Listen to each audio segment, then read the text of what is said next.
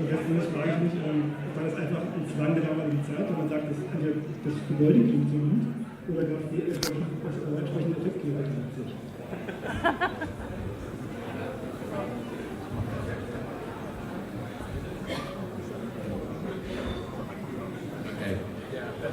Well, the question is about, effects and the way we used to record them in those days compared to how we do it now.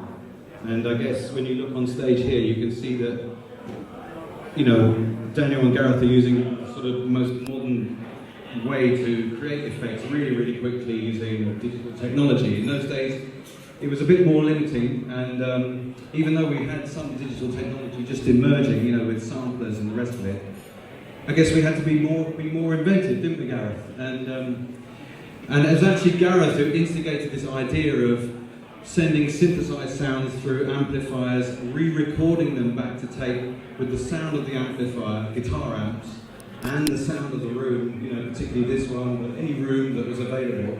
And we would then record all of that combination to tape. And that would be our combination sound that we you probably heard some of that ambience on some of these sounds tonight because those sounds were immortalized on tape. Once you have the effect on tape, you can't really remove it. So, Anna, do you want to explain a bit of that? Hello everyone.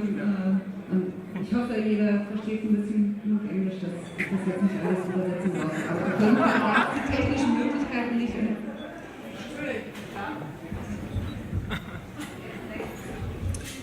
Alan, gibt es eventuell eine Rückkehr zu Depeche? Danke für die Frage des Abends. Okay, hat noch jemand etwas zu sagen?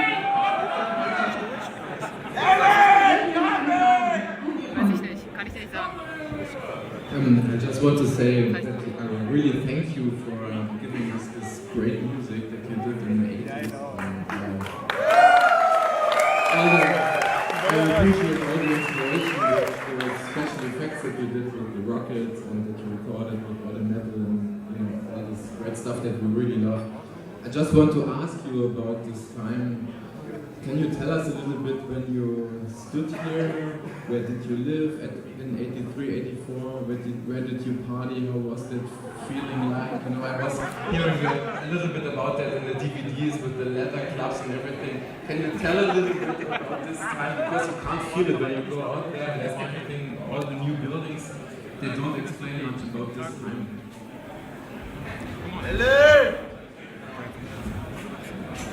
Well, yeah, it was very different, obviously. The wall went right by the side of the studio, Berlin Wall.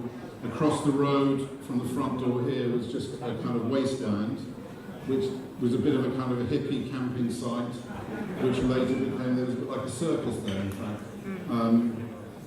Obviously completely different to how it is now. The whole atmosphere was very different. At the time Gareth lived in Berlin, he had a flat here. The rest of us, we stayed at the Intercontinental Hotel in Budapest Straße. And we never partied at all because we were working very, very hard. However, once in a while, we did go out.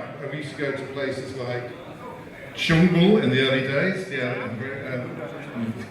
Lilientreu. We went to a few bars. Fish Bureau, Excellent Pop. I seem to remember we discovered a dish here that we'd never had before, which was deep fried camembert. That was a really big treat. We used to finish work usually around 1 in the morning, 2 in the morning. We used to find a bar or a restaurant that would serve deep fried camembert. That was our biggest indulgence at the time. Okay, was gibt's außer dem frittierten Camembert noch zu sagen? Hello, Alan, you were a bit of the new kid on the block for Construction Time again? You had 2 songs that you wrote on that, right? How did you convince Martin that? How did you convince Martin to let you put 2 tracks on? Oh, that's funny. Martin's pretty easygoing, he doesn't,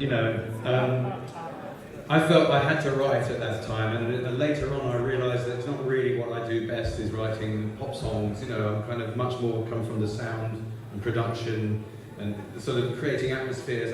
what I'm better at. So I didn't carry on with the writing for too long, but at that time I felt I ought to be contributing songs, so I tried to write a few, and it was an interesting album, that, because the nature of the songs was quite different to most of the songs that have been written before or since by Martin in particular.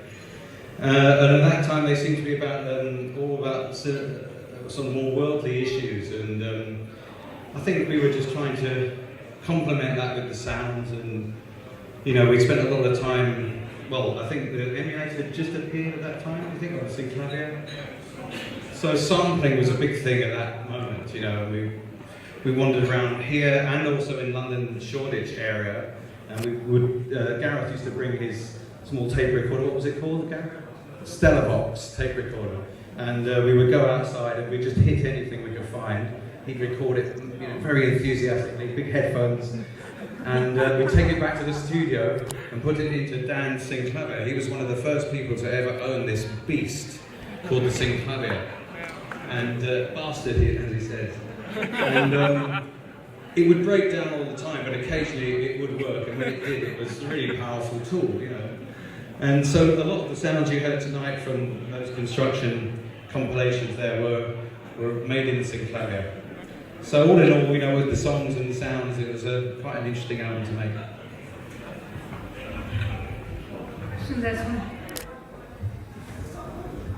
Have you ever been to East Germany at that time?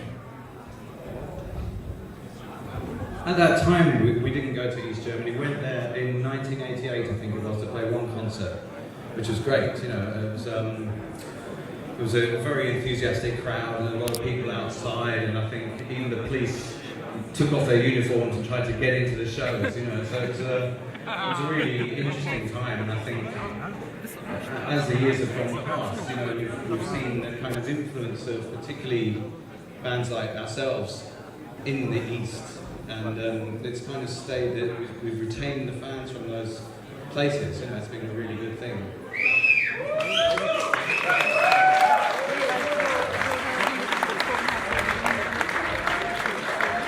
Ist das eine Frage? Da hinten? Ich kann dir dann auch alles erzählen, weil ich nicht so genau jetzt was wirklich. Hello. Which is the Depeche Mode album you're more proud of and why?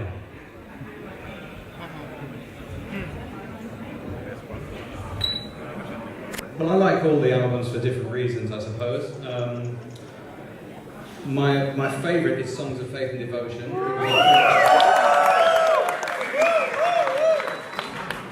I think we did the most sort of complex and interesting work on that record, even though perhaps it was the most difficult record to make. But they often say that out of adversity, you get the best creativity, and I think that was probably the case with that record. But I also like Black Celebration. That was the last one we did in this studio, and I think that's also a really interesting record for many different reasons. That's it.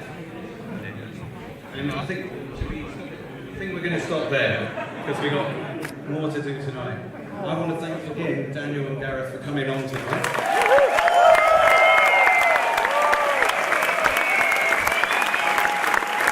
You never know, we might be again sometime on this tour. It's possible.